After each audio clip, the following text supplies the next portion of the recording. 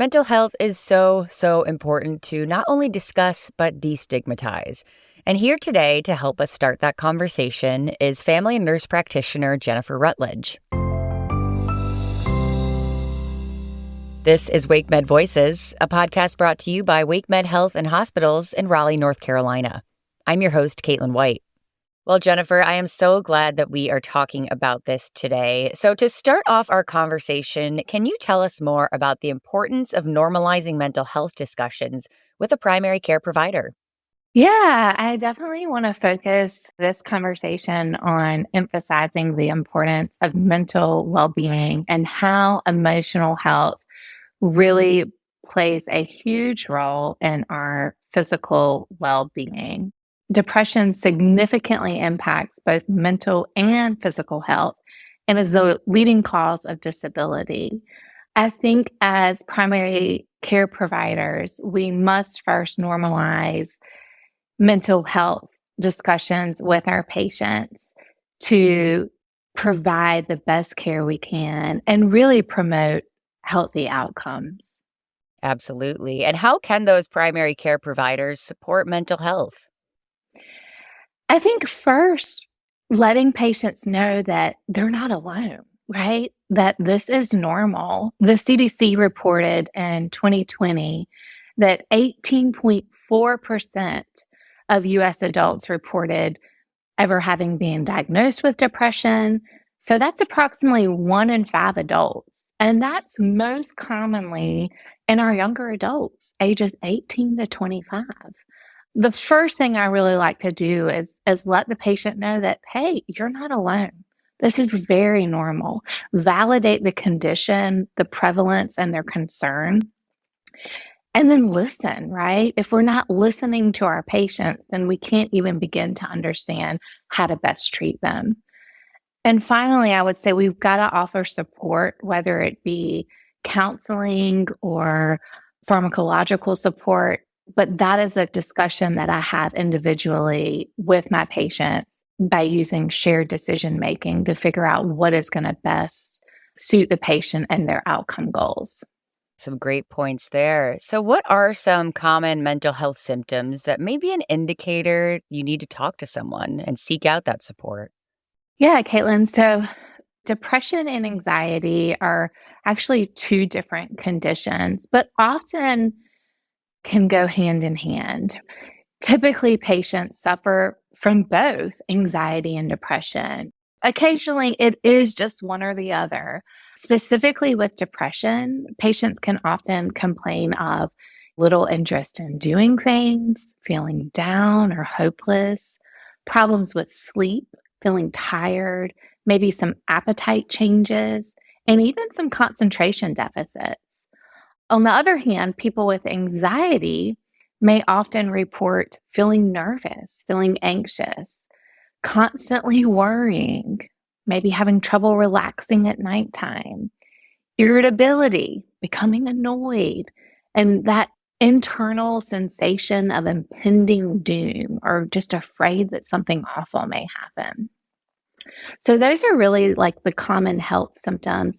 And then sometimes it can become even more trickier when we start to have physical symptoms of anxiety and depression. And that can be feeling dizzy or having palpitations, sweating, becoming short of breath, having tremors or shaking, tingling in our extremities and diarrhea, having chest pain.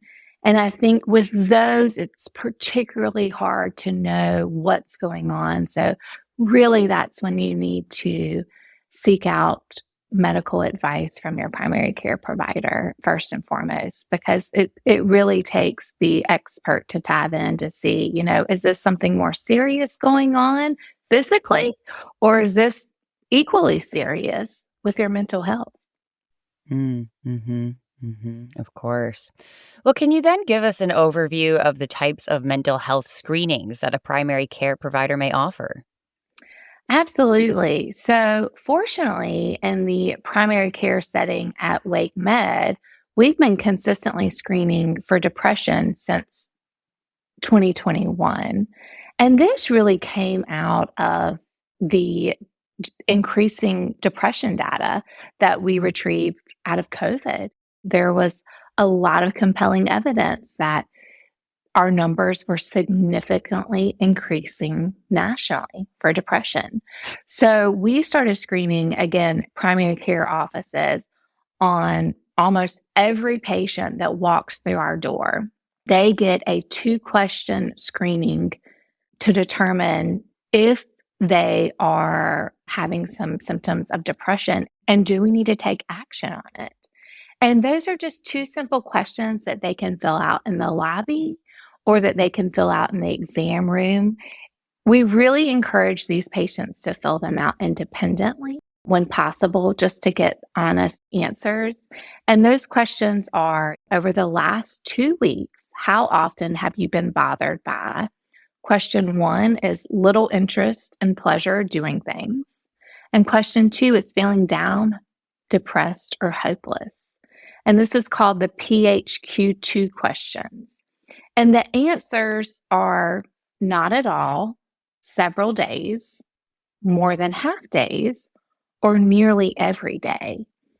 And we get a quantitative score and a value of greater than or equal to 3 is positive. And so that really means that then we have our patients answer additional questions to evaluate the best next steps and individualized treatment goals. Gotcha. And as we wrap up here, Jennifer, can you speak more on that connection between physical health and mental health?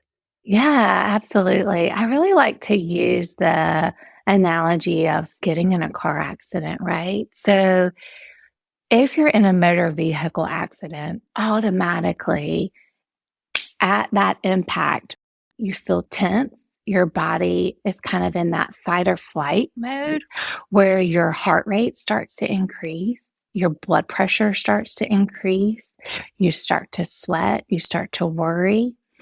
And remember, that's just one accident.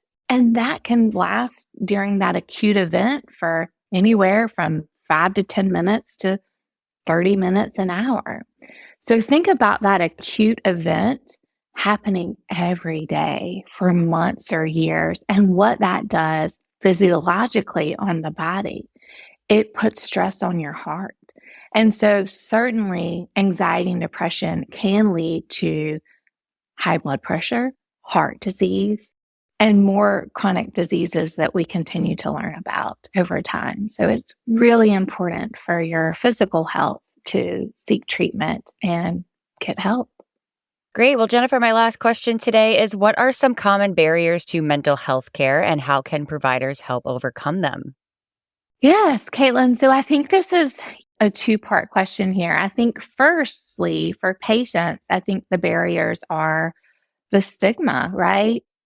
Way that we can overcome that barrier is providing awareness and providing opportunities to educate the population. I think another barrier is maybe sometimes as patients, we perceive that our problem maybe isn't as serious enough as we think it might be. Another barrier is access to healthcare. And so that can definitely be a problem. And then fear of negative outcomes or expressing your concerns. And I think the biggest thing I would tell patients is if you're having any of these barriers or concerns, to be honest with yourself and to speak to your healthcare provider about this. And if you don't feel comfortable talking to your healthcare provider, then maybe find someone who you do feel comfortable having those candid conversations with. And then, Caitlin, for providers, I think some of our barriers are financial barriers and fragmented healthcare. It's really nice at WakeMed, particularly we have social workers that are able to provide one-on-one counseling via virtual appointments with our patients. And we also have a psychiatrist that we can call on specifically if we're having a more of a complex case that we need to work out. Another barrier can be the lack of mental health care professionals, right? There's a high demand with very low supply of trained professionals and access. If I put in a referral to psychiatry, it could take 3 to 6 months when that patient needs help in my office today.